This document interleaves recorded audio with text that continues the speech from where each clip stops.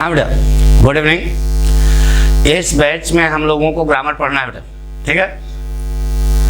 देखो बेटा, कुछ नए लड़के जुड़ रहे हैं, उनको सलाह हम ये देते हैं कि पीछे हम डायरेक्ट इनडायरेक्ट नरेशन पूरा पढ़ चुके हैं, ठीक है।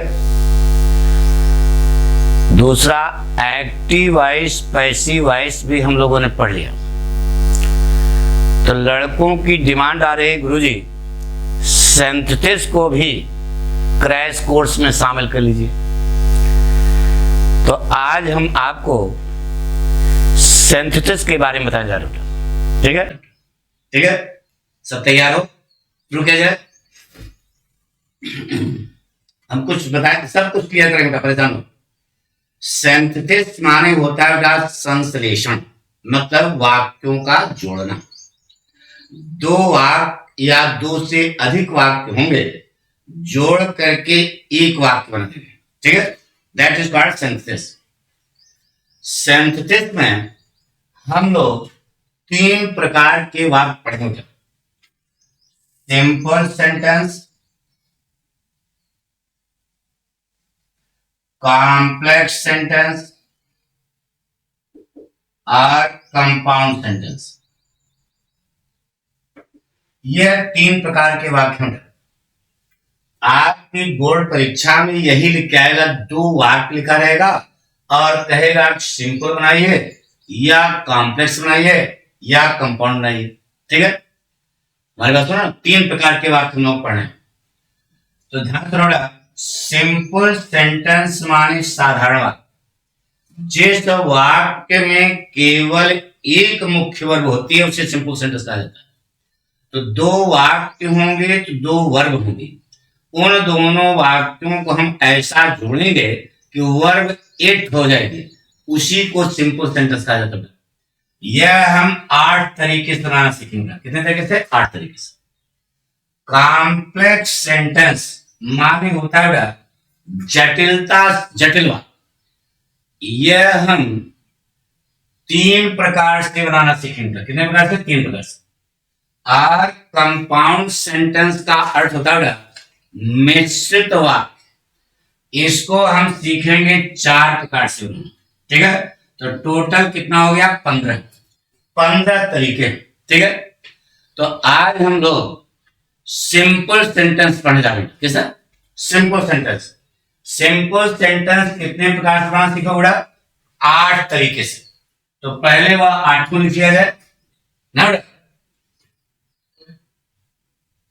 8वां तरीका कौन कौन सा है? देखो बेटा, number 1 nominative absolute. Nominative absolute, ठीक है। Number 2 noun or case in apposition. Number 3 है इनफिनिटिव। नंबर 4 है पार्टिसिपल। नंबर 5 है एडवर्ब और एडवर्बियल फ्रेज। नंबर 6 है एडजेक्टिव। नंबर 7 है कंजंक्शन। नंबर 8 है प्रीपोजिशन बिफोर नाउन और जेरेंड। यह 8 तरीका है। इन 8 तरीकों से जिन दो वाक्य को हम कंबाइन करेंगे उसे कहा जाएगा क्या? Simple sentence. आपकी बोर्ड परीक्षा में यह प्रकार लिख नहीं आएंगे, केवल 2 वाक्य दिया रहेगा, उन दोनों वाक्यों को जोड़कर हमको एक वाक्य बनाना होगा। केवल सिंपल लिखा रहेगा, तो कौन सा नियम कब लगेगा यही तो काम है सीखना बेटा। तो शुरू किया जाए, पक्का? तो सबसे पहले हम आपको सिंपल सेंटेंस में नॉमिनेटिव एब्सोल्यूट सिखाने जा रहे हैं, ठीक है। हेडिंग डालो, हेडिंग क्या डालो, केवल सुनो, मोबाइल ये होते हैं, कलम कागज छोड़े। अब हम समझ गए तुम लोग जो है ये भाई मोबाइल देखोगे, कलम कागज कहाँ यूज होगा। तो सीधे समझो, बहुत सरल है। सेंटेंस में सिंपल सेंटेंस, नॉमिनेटिव एब्सोल्यूट आपको सिखाने जा रहे हैं। नॉमिनेटिव एब्सोल्यूट,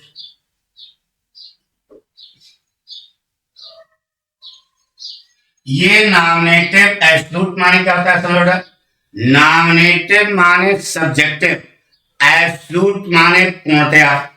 यानी कि हम वाक्य को क्या बना देंगे, सब्जेक्टिव बना देंगे, साफ साफ बात।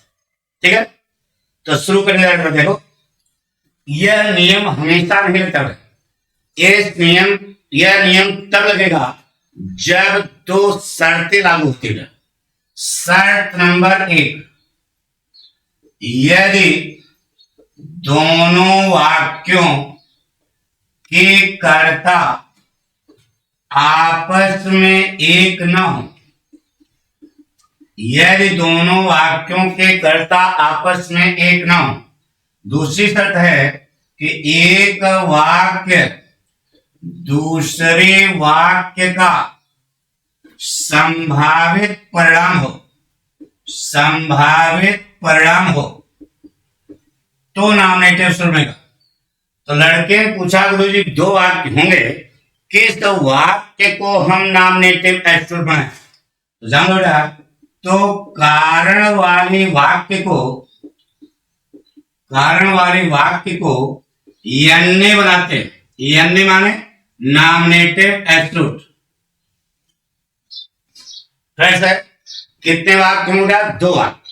दोनों वाक्यों के कर्ता आपस में एक न हो। एक वाक्य दूसरे वाक्य का प्रोबेबल कॉन्सिक्वेंस हो, यानी संभावित परिणाम हो तो बनेगा नॉमिनेटिव एब्सोल्यूट। किस वाक्य को नॉमिनेटिव सुनाओगे, कारण वाले। अब इसमें भी 3 स्टाइल है। स्टाइल नंबर 1, BEING, यह पाठक स्टाइल है, हेडिंग डाल दिया। आगे समझ लो, यदि कारण वाला वाक्य सिंपल प्रेजेंट अथवा सिंपल पास्ट में है तो बीइंग लगा देते हैं। क्या लगा, बीइंग। यदि कारण वाला वाक्य सिंपल प्रेजेंट में है या सिंपल पास्ट में है तो हम क्या लगा देंगे, बीइंग। कैसे बीइंग लगाएंगे वही समझना। जैसे कहा जाए, द टीचर वाज एब्सेंट, अध्यापक अनुपस्थित था। दूसरा वाक्य है, the students made a lot of noise, a lot of noise. पहली शर्त, 2 वाक्य हैं, दोनों वाक्यों के कर्ता आपस में एक है क्या, नहीं है। यहां टीचर है, यहां स्टूडेंट।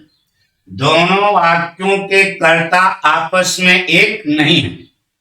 अध्यापक अनुपस्थित था तो परिणाम है, संभावित परिणाम है कि विद्यार्थियों ने कक्षा में क्या मचाया, शोर मचाया। तो कारण कौन है, अध्यापक अनुपस्थित था, ही कारण था। तो इसी कारण वाले वाक्य को नॉमिनेटिव सुनोगे। अब कारण वाले वाक्य में वर्ब क्या है, वाज। वाज की फर्स्ट फॉर्म क्या होती है, बी। बीम लगा दो, ING.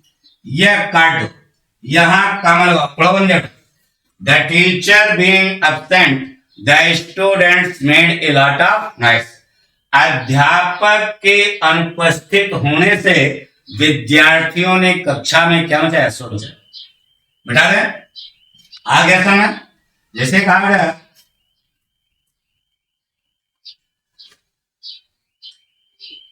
The sky is cloudy, the sky is cloudy, आकाश में बादल है। द रेन में कम टुडे, यह वाक्य। पहली शर्त, दो वाक्य हैं, दोनों वाक्यों के कर्ता आपस में एक हैं क्या? नहीं। यहाँ स्काई है, यहाँ है। आकाश में बादल हैं, बरसात आज हो सकती है। तो आकाश में बादल है तो संभव है कि बरसात हो जाएगी। तो कारण कौन है बेटा? आकाश में बादल का होना। अब देखो यह सिंपल प्रेजेंट है, सिंपल पास्ट है। चाहे सिंपल प्रेजेंट हो चाहे सिंपल पास्ट हो, उसकी जो वर्ब होगी वह is am are was were होगी। उसकी फर्स्ट फॉर्म क्या होती है? बी। बी में लगाओ आईएनजी, यहां पर कामा लगा के पढ़ो, बन गया the sky being cloudy the rain में कम टुडे। आकाश में बादल होने से आज बरसात हो सकती है। कोई कठिन लग रहा है क्या? जैसे कहा है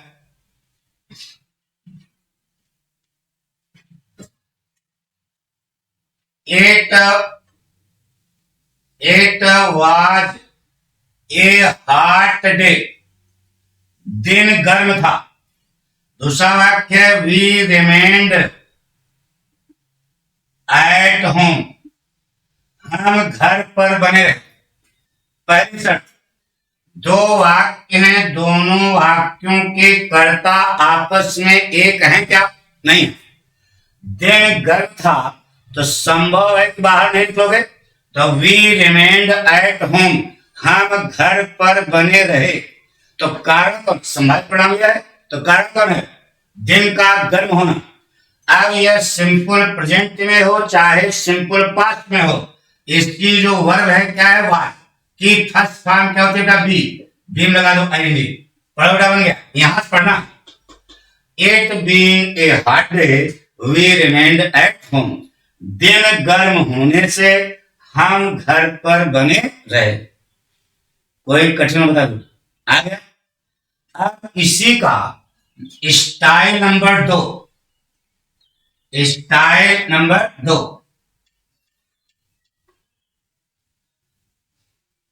लिख लो बेटा। हैविंग वर्ब की थर्ड फॉर्म, एक स्टाइल समझा गई। दूसरी स्टाइल हैविंग वर्ब की थर्ड फॉर्म, यह कब लगेगा?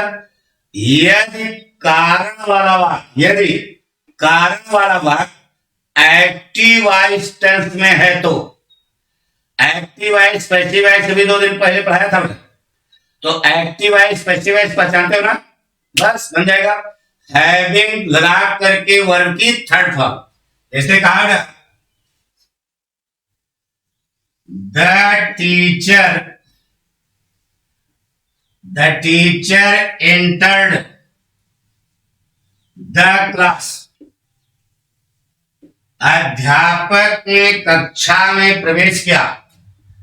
द स्टूडेंट्स स्टूड अप, विद्यार्थी क्या हो गए? खड़े हो। पहली शर्त, दो वाक्य हैं, दोनों वाक्यों के कर्ता एक हैं क्या? नहीं। यहां टीचर, यहां स्टूडेंट, पहली शर्त लागू हो गई। दूसरी, एक वाक्य दूसरे वाक्य का संभावित परिणाम होना चाहिए। तो अध्यापक ने कक्षा में प्रवेश किया तो संभव है कि विद्यार्थी क्या हो जाएंगे? खड़े हो जाएंगे। कुछ नहीं खड़े होते, विकलांग होते हैं, पैर से नहीं दिमाग से। हमारी बात समझ रहे होगे? ठीक है। तो कारण कौन? विद्यार्थी क्यों खड़े हुए? कारण क्या है? अध्यापक ने कक्षा में क्या क्या प्रवेश किया। तो कारण वाले वाक्य को हम नॉमिनेटिव एब्सोल्यूट बनाएंगे, यही कारण वाला वाक्य है। अब देखो यह कारण वाला वाक्य सिंपल प्रेजेंट में है कि सिंपल पास्ट में है? न तो सिंपल प्रेजेंट में न तो सिंपल पास्ट में है, तो है किसमें? Past indefinite tense active voice. इतना मालूम होगा, यह past indefinite tense active voice ना। तो जब कारण वाला वाक्य किसमें हो? एक्टिव वॉइस टेंस में हो, तो हैविंग लगा करके वर्ब की थर्ड फॉर्म हैविंग लगाओ, और जो यह वर्ब है यह सेकंड फॉर्म है, इसकी थर्ड फॉर्म कर दो एंटर्ड, वही होती है। पढ़ो क्या बन गया? The teacher having entered the class the student अध्यापक के कक्षा में प्रवेश करने से विद्यार्थी क्या हो गए, खड़े हो गए। समझ गया? हैविंग लगा करके वर्ग की थर्ड फॉर्म कब लगाओगे, जब कारण वाला वाक्य किसमें होगा, एक्टिव वॉइस टेंस में होगा। से कहा गया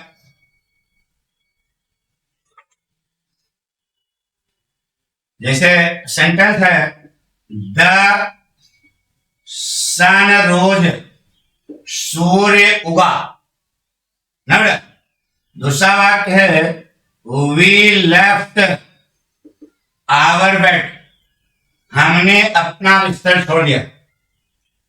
पहली शर्त, दो वाक्य हैं, दोनों वाक्यों के कर्ता एक है क्या, नहीं है। यहां सन है, यहां भी है। सूर्य उगा तो संभव है कि हम अपना बिस्तर छोड़ देंगे। अब जो है पढ़े हो थोड़े छोड़ेंगे, लेकिन संभावित परिणाम यानी कैसा संभव है कि अपना बिस्तर छोड़ देंगे। तो कारण कौन है, सूर्य का उगना। अब देखो यह पास्ट इंडेफिनिट का एक्टिव वॉइस है, तो कुछ न करो, हैविंग लगा करके यह रोज की थर्ड फॉर्म लगा दो। क्या होती है, राइजन। क्या होती है, राइजन। काम लगा दो, पढ़ो, बन गया। The sun having risen we left our bed, सूर्य उगने से हमने अपना बिस्तर क्या कर दिया, छोड़ दिया। नहीं है, जैसे कहा, समझा रहा है, जैसे कहा द डे dawned, अर्थ क्या हुआ, दिन उगा। द डे dawned, दिन उगा। दूसरा वाक्य है, बर्ड्स began to chirp, पक्षी चहचहाने लगे। पहली शर्त बुलाओ, दो वाक्य हैं, दोनों वाक्यों के कर्ता आपस में एक हैं, नहीं। दिन उगा, द डे dawned, दिन उगा, तो परिणाम क्या हुआ कि पक्षी चहचहाने लगे। तो बताइए कारण कौन है, दिन का उगना। अब यह देखो कौन सा टेंस है, पास्ट इंडेफिनिट का एक्टिव वॉइस है। तो कुछ नहीं होगा, हैविंग लगा करके इस डॉन की थर्ड फॉर्म कर दो, वही होती है डॉन। पढ़ो बेटा, बन गया। हैविंग वर्ब की थर्ड फॉर्म यही यहां लिखा हुआ है, the day having dawned, birds began to chirp, दिन उगने से पक्षी चहचहाने लगे। पक्का सुना के दो style type, simple present, simple past है, क्या लगा दिया, भी। और अगर एक्टिव वॉइस में है तो हैविंग वर्ब की क्या, थर्ड फॉर्म। अब इसी का स्टाइल नंबर 3 देखो, style number 3, having been verb की third form. Having been verb की थर्ड फॉर्म। यह फॉर्मूला कब लगेगा बेटा, यदि कारण वाला वाक्य पैसिव वॉइस टेंस में है तो। एक्टिव वॉइस पैसिव वॉइस क्यों पढ़ाया, सुना ना, क्योंकि सारी उसी पर डिपेंड है ना। तो अब देखो, यदि कारण वाला वाक्य किसमें बेटा, पैसिव वॉइस टेंस में है तो। पैसिव वॉइस टेंस पहचान जाओ ना, पक्का। अभी बनाते हैं, देखो जैसे कहा गया, the bank was closed, bank बंद थी। दूसरा वाक्य है, आई डिड नॉट विथड्रॉ मनी,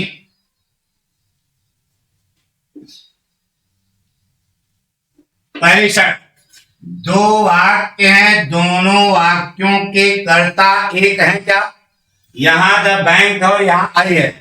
पहली शर्त लागू हो गई, दोनों वाक्यों के कर्ता आपस में एक नहीं है।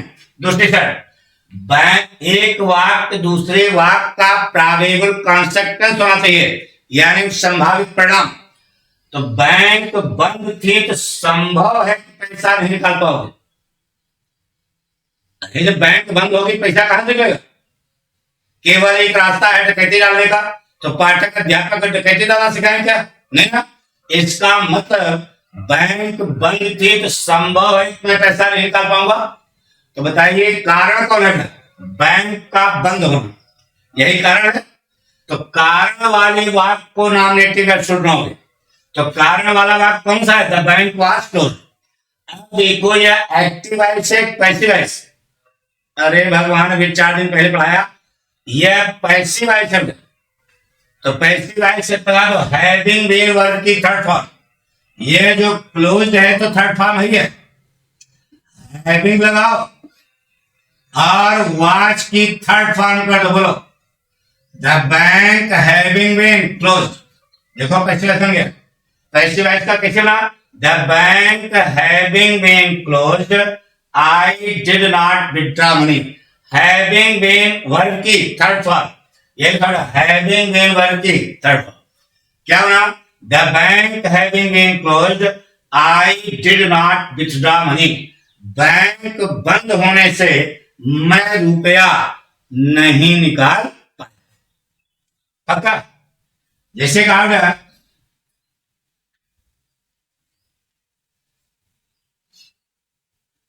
द सिग्नल वाज गिवन, संकेत दिया गया। The train left the platform, यह वाक्य है। The signal was given, the train left the platform. दोनों वाक्यों के कर्ता आपस में एक नहीं। संकेत दिया गया, परिणाम हुआ गाड़ी ने प्लेटफॉर्म छोड़ दिया। तो बताइए कारण कौन है? संकेत का दिया जाना। अब यह एक्टिव वॉइस है पैसिव वॉइस? देखो पैसिव वॉइस वाक्य है तो हैविंग बीन वर्ब की थर्ड फॉर्म, ये तो थर्ड फॉर्म है। हैविंग लगा दो और वाच की थर्ड फॉर्म कर दो, क्या होती है? बीन। बड़ा बड़ा बन गया। The bank the signal been given, the train left the platform. संकेत दिए जाने से गाड़ी ने प्लेटफॉर्म क्या कर दिया? छोड़ दिया। ठीक है। जैसे कहा गया द लीडर वाज स्लेन, नेता पलटा दिया गया। स्लेन स्लेन थर्ड फॉर्म है। The leader was slain passive voice में, नेता को पलटा दिया गया। दूसरा वाक्य है द फॉलोअर्स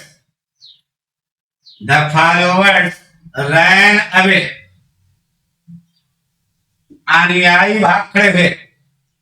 पहली शर्त है दोनों वाक्यों के कर्ता एक नहीं है। नेता की हत्या कर दी गई, परिणाम यह हुआ अनुयायी भाग खड़े हुए। तो कारण कौन होगा? नेता की हत्या किया जाना।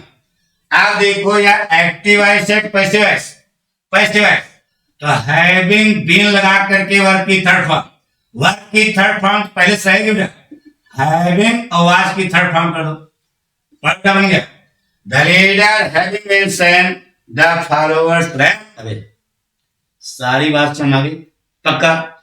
यह हमने आपको बताया। आपकी बोर्ड परीक्षा में 2 वाक्य दिया रहेगा, ब्रैकेट लिखा रहेगा, आप सिंपल बनाइए। अब सिंपल बनाने का कौन सा तरीका उसमें लगेगा, यही आपको दिमाग में रखना है। दोनों वाक्यों के कर्ता आपस में न हो, एक वाक्य दूसरे वाक्य का संभावित परिणाम हो, तो नॉमिनेटिव एब्सोल्यूट बनेगा। कारण वाले वाक्य को नॉमिनेटिव एब्सोल्यूट बनाओ। बात पक्की होगी? अब उसके लिए हमने 3 रास्ता बताया। एक बताया अगर कारण वाला वाक्य सिंपल प्रेजेंट सिंपल पास्ट है क्या कर देना? भी। बाकी वाक्य इसे देना। यदि कारण वाला वाक्य एक्टिव वॉइस टेंस में है तो हैविंग वर्ब की थर्ड फॉर्म। यदि कारण वाला वाक्य पैसिव वॉइस में है तो हैविंग बीन वर्ब की थर्ड फॉर्म। अब इससे स्टार्ट कर क्या बताया? पक्का समझ गया? गुड। अब एक हेड और बताएंगे कारण। सिंपल सेंटेंस 8 तरीके से सुनाओ ना, तो हम एक एक पढ़ाएंगे 8 दिन लगेगा, तो क्रैश कोर्स कहाँ हुआ, तो फिर पढ़ाना हो गया। तो आज दूसरा पॉइंट अब पढ़ने जा रहे हैं। वो देखो दूसरा पॉइंट क्या है, noun or case in apposition. ये पहला वाला क्लियर हो गया, गुड। हेडिंग डालो बेटा। अब अगला पॉइंट पढ़ने जा रहे हैं, बिल्कुल तैयार होना। ये पॉइंट क्लियर हो गया क्यों बेटा, तब कसम सुनाओ बेटा, एक गुरु जी कसम खा रहे हो, आ गया ना समझ। तो अब जो है हम आपको बता जा रहे हैं, नाउन आर केसेस बहुत सरल है, केवल पाठक पढ़ाएं, सुन लो, 100% आपको है, पक्का है, गारंटी लेते हैं। थोड़ा सा एक्टिव आपको रहना पड़ेगा, ठीक है। डालो बेटा, noun or case in apposition, यही तो देखो, यही हेडिंग है दूसरी वाली। सिंपल बनाने का है दूसरा तरीका है, noun or case in apposition, दूसरा पॉइंट, ठीक है। अब लड़के ने कहा गुरुजी पहले आप हमको ये बताएं कि ये नियम हम लगाएंगे तो, यानी पहचान, तो जानना चाहो बेटा, जान लो। दोनों ध्यान सुनो, दो वाक्य होंगे, दोनों वाक्यों में से एक वाक्य दूसरे वाक्य के किसी नाउन या प्रोनाउन के लिए आएगा। दो वाक्य होंगे, दोनों वाक्यों में से एक वाक्य दूसरे वाक्य के किसी नाउन या प्रोनाउन के लिए आएगा, तो नियम लगेगा क्या, नाउन आर प्रेजेंट अपोजिशन, ठीक है। अब इसमें दो स्टाइल हैं, कितने स्टाइल, दो style. Style number 1, linking word. ध्यान रहे ये सब किताब में नहीं लिखा हुआ है, पाठक स्टाइल है।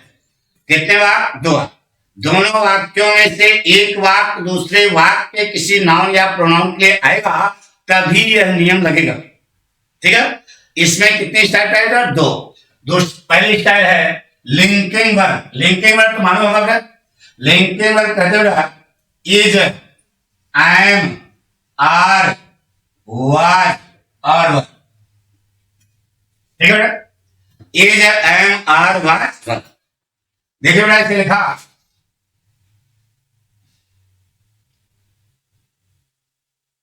Columbus discovered America.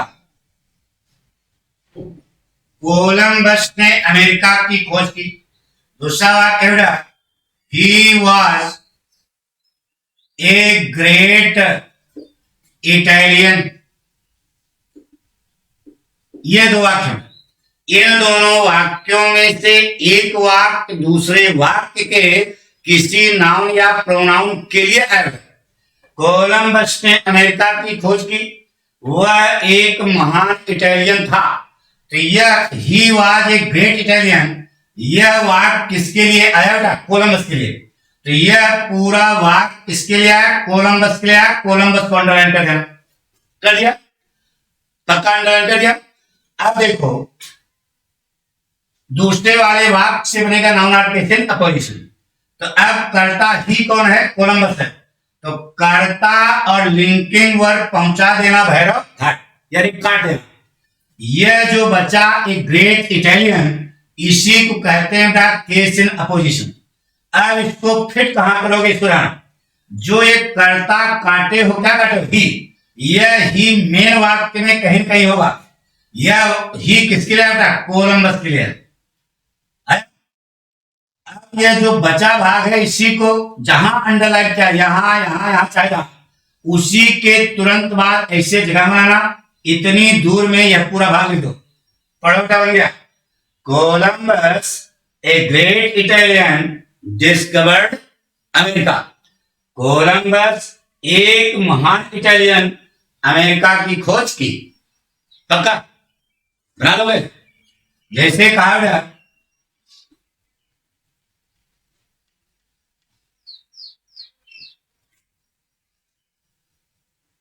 We know Vikramaditya,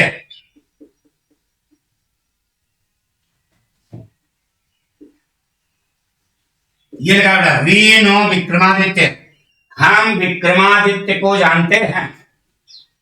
दूसरा वाक्य है ही वॉज द ग्रेटेस्ट जज इन इंडियन हिस्ट्री।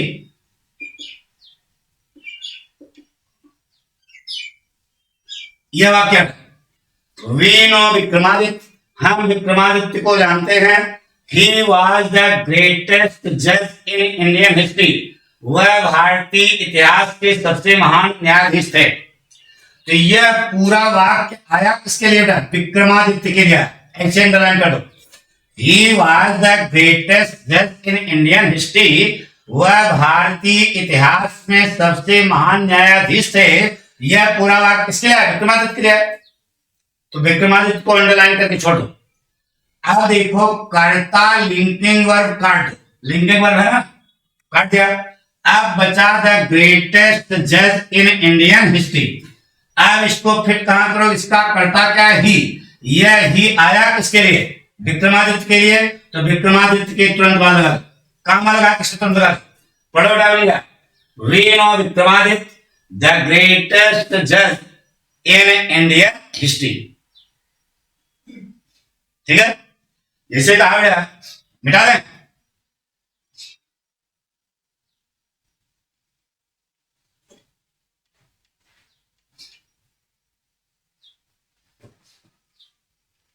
चलिए क्या बेटा, do you no, do you no Kabirdas. यह वाक्य है, डू यू नो कबीरदास। दूसरा वाक्य है he was the writer of, he was the writer of साखी। क्या बोले? द साखी होगा ना, ही was the writer of the साखी, वह साखी के लेखक थे। तो इन दोनों वाक्यों में एक वाक्य दूसरे वाक्य के किसी नाउन या प्रोनाउन के बगैर, he was the writer of the साखी, है पूरा वाक्य किसके लिए? कबीरदास के लिए। अंडरलाइन कर दो। अब कर्ता लिंकिंग वर्ब काट, बचा द राइटर ऑफ द साखी।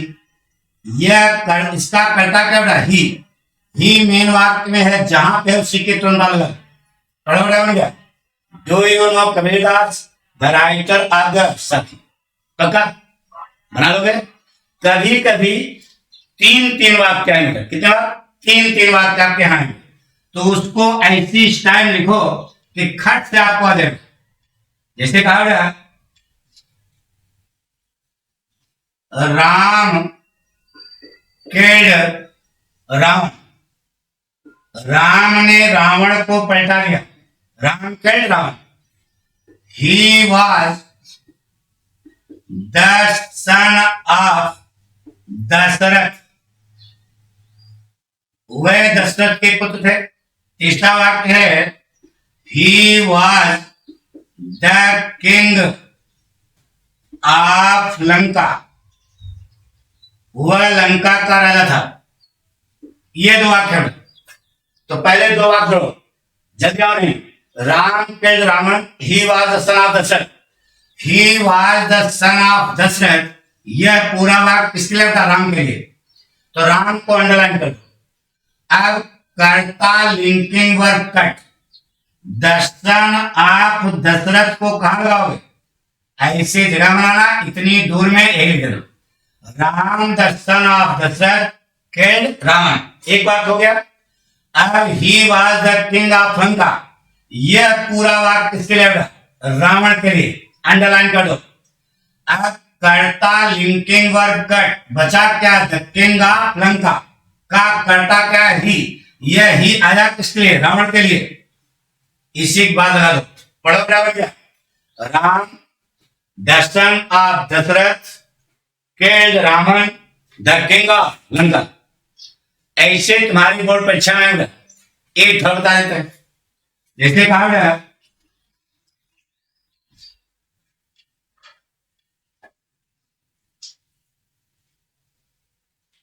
रविंद्र नाथ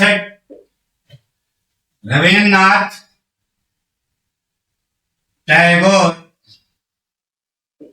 wrote the गीतांजलि। यह वाक्य रविन्द्रनाथ टैगोर wrote the गीतांजलि। दूसरा वाक्य है he was a great Bengali poet. वह एक महान बंगाली कवि थे।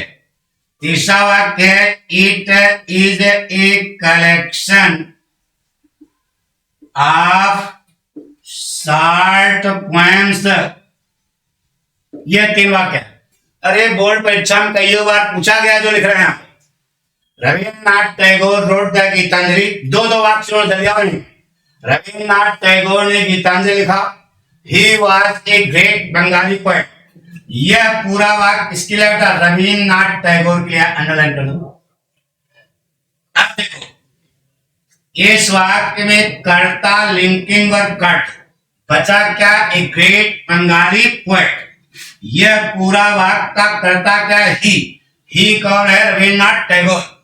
इतना तो मालूम होगा यार।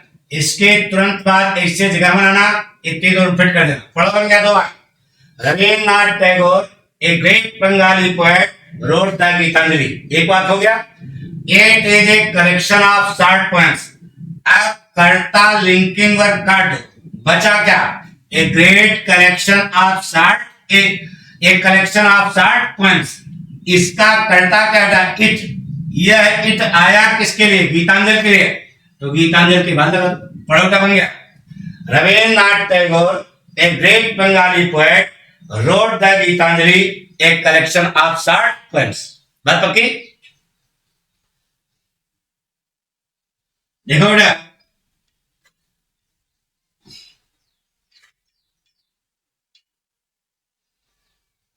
इसी का स्टाइल नंबर 2। अब एक लड़के ने कहा गुरुजी जो आप पहचान बता रहे हो वही है। एक वाक्य दूसरे वाक्य के किसी नाउन या प्रोनाउन के लिए ना। अभी बताया लिंकिंग वर्ब। उसने कहा गुरुजी मान लीजिए दोनों वाक्यों में किसी वाक्य में लिंकिंग वर्ब नहीं है, तब क्या करें? तो उसके लिए स्टाइल नंबर 2 लिखना पड़ा। आगे दी पीछे आप, आगे दी पीछे आप, वर्बल नाउन साफे साफ, वर्बल नाउन साफे साफ। बस बन गया। आगे दी पीछे आप, वर्बल नाउन साफे साफ। अभी आप तीसरे क्वेश्चन पढ़ रहे थे, पढ़ जा रहे क्या? नाउन। नाउन कैसे बनाओगे बता दिया। वर्ब दिया माने वर्ब। वर्ब के पहले द लगाना और बाद में क्या लगाना? ऑफ, और उसकी फर्स्ट फॉर्म में ई लगा देना, वर्बल नाउन हो जाएगा। से कहा जाए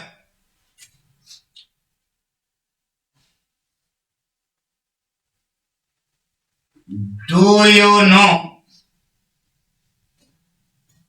ना बेटा, डू यू नो वाल्मीकि। यह वाक्य है। दूसरा वाक्य है ही रोट द रामायण। उन्होंने रामायण लिखा। डू यू नो वाल्मीकि और ही रोट द रामायण। इन दोनों वाक्यों में देखो, इन दोनों वाक्यों में एक वाक्य दूसरे वाक्य के किसी नाउन या प्रोनाउन क्या है? तो ही रोट द रामायण, उन्होंने रामायण लिखा। यह पूरा वाक्य किसके लिए है? वाल्मीकि के लिए। अरे वाल्मीकि ने लिखा। यह पूरा वाक्य किसके लिए है? वाल्मीकि के है। तो वाल्मीकि अंडरलाइन कर दिया। अब इस वाक्य को हम बनाएंगे क्या? नाउन। कैसे बनाएंगे? देखो, न तो इसमें लिंकिंग वर्ब है, ना इसमें। तो सबसे पहले जिस यह पूरा वाक्य वाल्मीकि क्या है, तो अब इसको हमें बनाना है क्या, नाउन। तो देखो जो इसकी वर्ब है, इसके पहले लगाना क्या, द। अब इसके ठीक बाद क्या लगाना, आ। आगे दी, पीछे आ। अब इसकी फर्स्ट फॉर्म क्या होती है, राइट। रोट की फर्स्ट फॉर्म क्या होती है, राइट, उसमें ई आर लगा लो, तो राइटर हो गया। क्या, रोट की फर्स्ट फॉर्म राइट, उसमें क्या लगा लो, ई आर। आगे दी, पीछे आप, वर्बल नाउन साफे साफ, वर्ब से बनी हुई जो नाउन है that is called verbal noun. अब बन गया the writer of the Ramayana. अब इसको फिट कहां करो, इसका करता क्या, ही।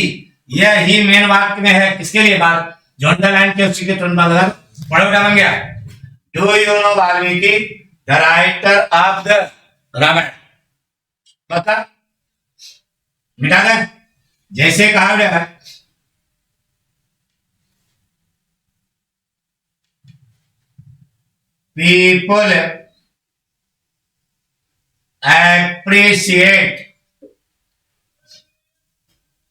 people appreciate Subhash Chandra Bose, Subhash Chandra Bose. लोग सुभाष चंद्र बोस की प्रशंसा करते हैं। दूसरा वाक्य है ही organised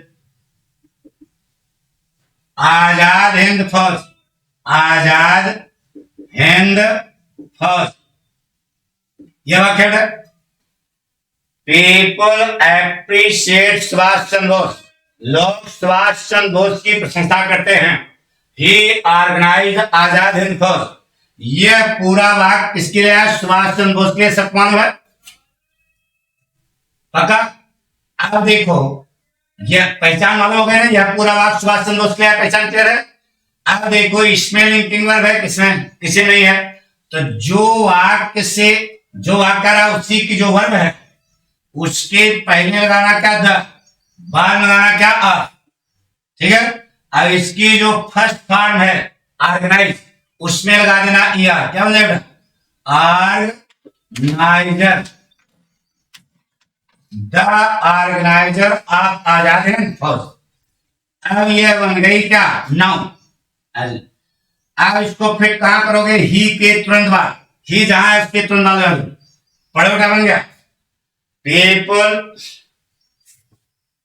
people appreciate Subhash Chandra Bose the organiser of Azad Hind Fauj. मिटा दें, जैसे कहा गया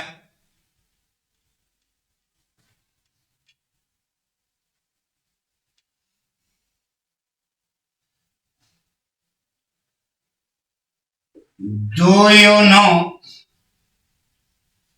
स्वामी Vivekananda, do you know Swami Vivekananda, क्या आप स्वामी विवेकानंद को जानते हैं। ही फाउंडेड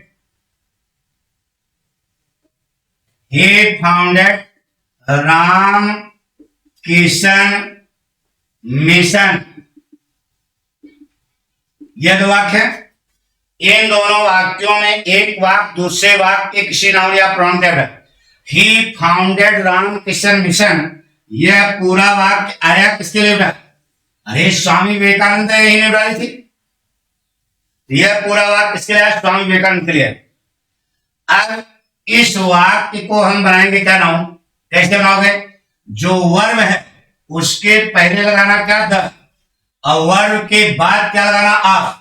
वही लिखा, आगे दी, पीछे आ, और उसकी जो फर्स्ट फॉर्म है, वर्ब की जो फर्स्ट फॉर्म है क्या होगा, फाउंड, उसमें ई लगा दो। क्या हो जाएगा, founder of, the founder of Ramakrishna Mission. अब इतना बन गया क्या, नाउन। अब इसको फिर कहां करोगे, करता क्या, ही कौन है, अंडरलाइन, स्वामी विवेकानंद, इसी के तुरंत क्या, do you know Swami Vivekananda the founder of Ramakrishna Mission. कोई कठिन है क्या, बना लोगे ना। जैसे कहा गया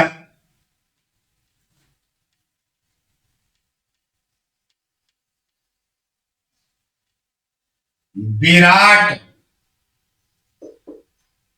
Virat came back India, Virat Bharat वापस आ गया। दूसरा वाक्य है ही मेड,